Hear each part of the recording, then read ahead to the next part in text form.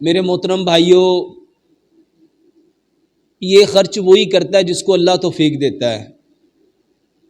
شیطان تو کہتا ہے تیرا مال گھٹ جائے گا، تیرا مال گھٹ جائے گا۔ میرے محترم بھائیوں، آپ کا مال وہی ہے جو آپ نے کھا لیا، جو آپ نے پہن لیا، یا جو آپ نے اپنے ہاتھ سے آگے صدقہ کر دیا۔ جو پیچھے پڑا ہے نا، اس کا حساب دینا پڑے گا۔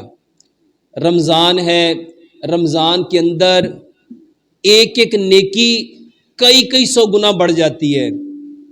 تو مسجد میں میرے محترم بھائیوں دل کھول کے اس کے ساتھ تعاون کیجئے۔ اور ایک چھوٹی سی بات،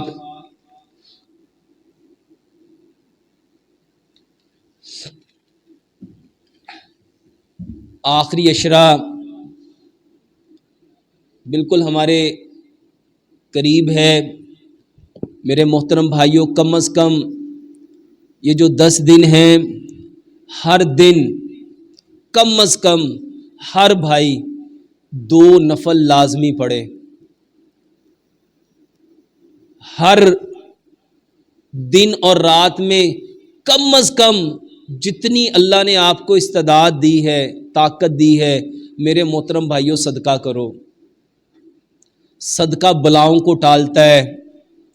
میرے محترم بھائیوں، یہ جو آخری 10 دن ہیں، ہر رات کم از کم کوئی 10 سے 15 منٹ کا قیام کرو۔ میرے محترم بھائیوں، جب آخری عشرہ آتا تھا تو پیارے پیغمبر جناب محمد صلی اللہ علیہ وآلہ وسلم نے اپنی کمر کس لیتے تھے۔ امہات المومنین کو آپ کہا کرتے تھے یہ راتیں جاگنے کی ہیں، قیام اللیل کرو، اور کم از کم 10 سے 15 منٹ کا قیام کرو۔ اور میرے محترم بھائیوں، اپنے گناہوں کے اوپر ایک دفعہ ایک آنسو روز لازمی بہاؤ، لازمی بہاؤ۔ اور اللہ سے اگر بخشش چاہتے ہو، معافی چاہتے ہو، تو میرے محترم بھائیوں یہاں جس نے جو بھی کیا ہے نا، بڑے سے بڑا دکھ دیا ہے، میرے محترم بھائیوں جس نے جتنا دکھ دیا اس کے لیے اتنی دعائے خیر کرو، کیونکہ پیارے پیغمبر جناب محمد صلی اللہ علیہ وآلہ وسلم کو جب طائف کے لوگوں نے پتھر مارے تھے تو نبی صلی اللہ علیہ وسلم نے ان کو کیا دی تھی؟ دعا دی تھی کہ یہ مجھے جانتے نہیں ہیں، انشاءاللہ ان کی نسلوں میں سے لوگ ایمان لائیں گے۔ اور میرے محترم بھائیوں، جو آخری دن ہیں، اپنے لیے، اپنے ماں باپ کے لیے، اپنی نسل کے لیے اللہ سے خیر کی دعائیں لازمی کرو۔ اور کم از کم میرے محترم بھائیوں ہر رات جتنا ممکن ہو سکے قرآن لازمی پڑھو۔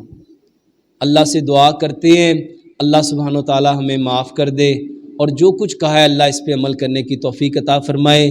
سبحان ربک رب العزت عما یصفون وسلام علی المرسلین والحمد للہ رب العالمین۔